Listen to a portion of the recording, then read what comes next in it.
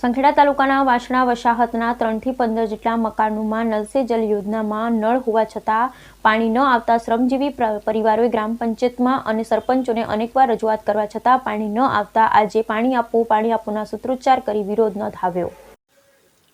સંખેડા તાલુકાના વાસણા વસાહત 3 માં 15 જેટલા મકાનમાં નલ સે જલની સુવિધા હોવા છતાં પાણી ન આવતું હોવાથી શ્રમજીવી પરિવારો ગ્રામ પંચાયતના સરપંચને રજૂઆત કરીને થાકી જતા ગ્રામ પંચાયતના સત્તાધીશોના કાને અવાજ પહોંચે તે માટે સૂત્રોચ્ચાર કરી અને પાણી આપોની માંગ કરી સંખેડા તાલુકા વાસણા જૂથ ગ્રામ પંચાયતના વાસણા વસાહત નંબર 3 માં 15 જેટલા મકાનો આવેલા છે। શ્રમજીવી પરિવારો છે, હરરોજ કમાઈ અને હરરોજ ખાનારા લોકો છે, જ્યારે પશુધન પણ ઉછેરે છે। આ વસાહતમાં સરકાર દ્વારા નલ સે જલ યોજનામાં ઘરે ઘરે નળ મૂકી આપવામાં આવે, પરંતુ તે શોભાના ગાંઠિયા સમાન છે। નળમાં પાણી આવતું ન હોવાથી મહિલાઓ નજીકમાં માથે બેડું લઈ અને પાણી ભરવા જાય છે। જ્યારે મજૂરી કામે જવાનું હોય ત્યારે પશુઓને પાણી પીવડાવવા માટે પાણીની વધારે જરૂરિયાત હોય છે, ત્યારે પાણી ભરાવામાં સમય જતો રહેતો હોવાથી મજૂરી કામ જવામાં મોડું થઈ જાય તો તેઓને મજૂરી કામમાં ખેડૂતો લેતા નથી। હરરોજ આ સમસ્યાથી મહિલાઓ હેરાન પરેશાન થઈ ગઈ છે।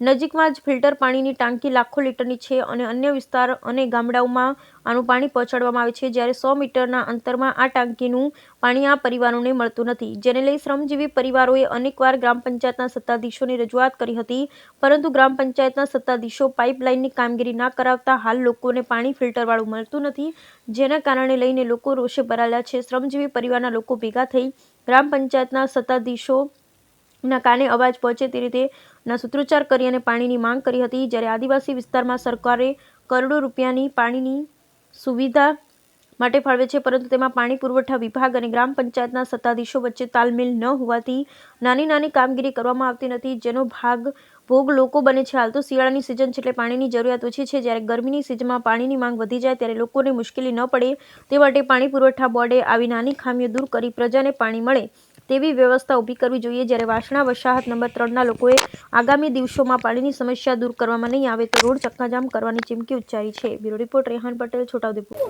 અને પાણીની તકલીફ છે અમારે, એ 4 મહિનાથી આ પાણી નહીં આવતું અમારે, ઘેર નળ મુકાય હતી ને શું કરવાના અમારે, ખાલી શોખના છે આ તો પાણી તો આવતું નહીં। વાસણા ગામ જૂના ગામના અમે રહેવાસી તરવી ફળિયાના, અમારે અહીંયા પાણીની તકલીફ પડે છે અને અમારી બહેનોને બહાર ભરવા જવાનું થાય છે કૂવામાં, અને સરપંચને અમે રજૂઆત કરીએ છીએ વારંવાર, સરપંચ અમારી કોઈ પરવાનગી કરતો નથી। ઉનાળામાં તો અમારા બધાની આ તકલીફ છે, કૂવેથી જ પાણી ભરી લેવા, આખું ઉનાળું અમે આ જ કર્યું છે, આખો ઉનાળો ઘેરે ઘેર નેર છે, પણ આ ખાડા ખોદીને અમે બધા પાણી ભરીએ છીએ। આની તો અમે લગભગ 1 વર્ષ ઉપરથી કરેલી છે।